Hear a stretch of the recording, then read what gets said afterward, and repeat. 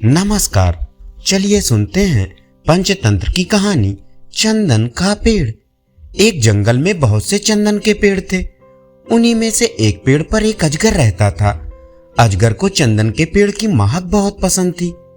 एक दिन अजगर पेड़ से लिपट कर सो रहा था। उसी पेड़ के ऊपर की टहनी पर एक चिड़िया ने अपना घोंसला बना रखा था। चिड़िया के दो छोटे बच्चे थे। चिड़िया अपने बच्चों को खाना खिला रही थी।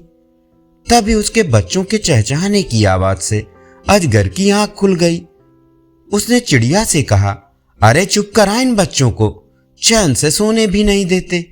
चिड़िया बोली, अजगर भाई, सोने के लिए तो रात बनाई गई है, दिन में सोने से अच्छा है आप जाकर कोई काम करो। ये सुनकर अजगर कहने लगा, तूने कभी अजगर को काम करते देखा है?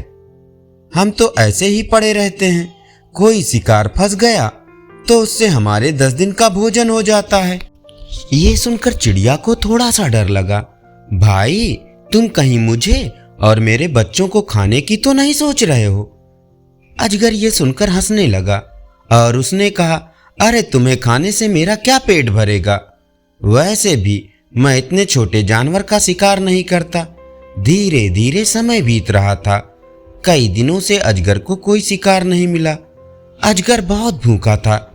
इधर चिड़िया हर दिन अपने बच्चों के लिए दाना चुगने जाती और लाकर अपने बच्चों को खिलाती। उसके बच्चे बहुत खुश होते थे। एक दिन जब चिड़िया दाना लेने जा रही थी, तभी अजगर ने सोचा, आज क्यों ना इसके दोनों बच्चों को खा जाऊं। इससे एक तो मेरा कुछ पेट भर जाएगा, दूसरे ये दोनों सारा दिन शोर मचाते रहते हैं, मैं उससे भी बच जाऊंगा।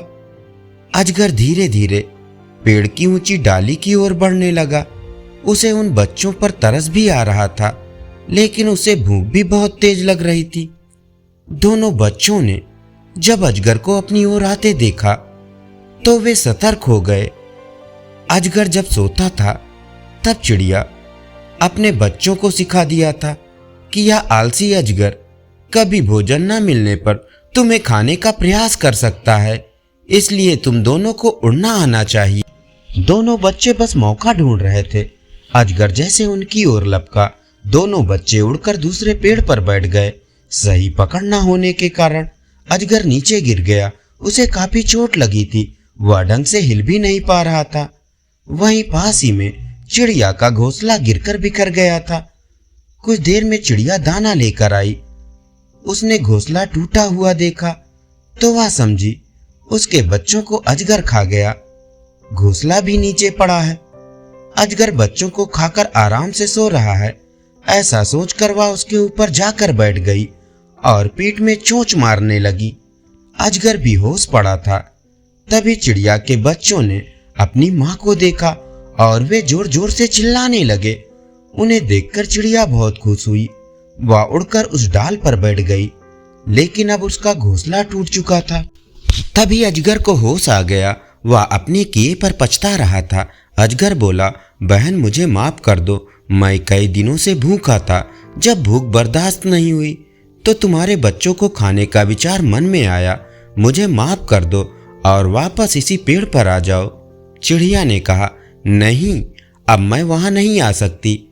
अब मुझे तुम्हारा भरोसा नहीं है। कहीं फिर से तुम्हारा मन बदल गया तो क्या होगा? ये तो मेरे बच्चे जाग रहे थे।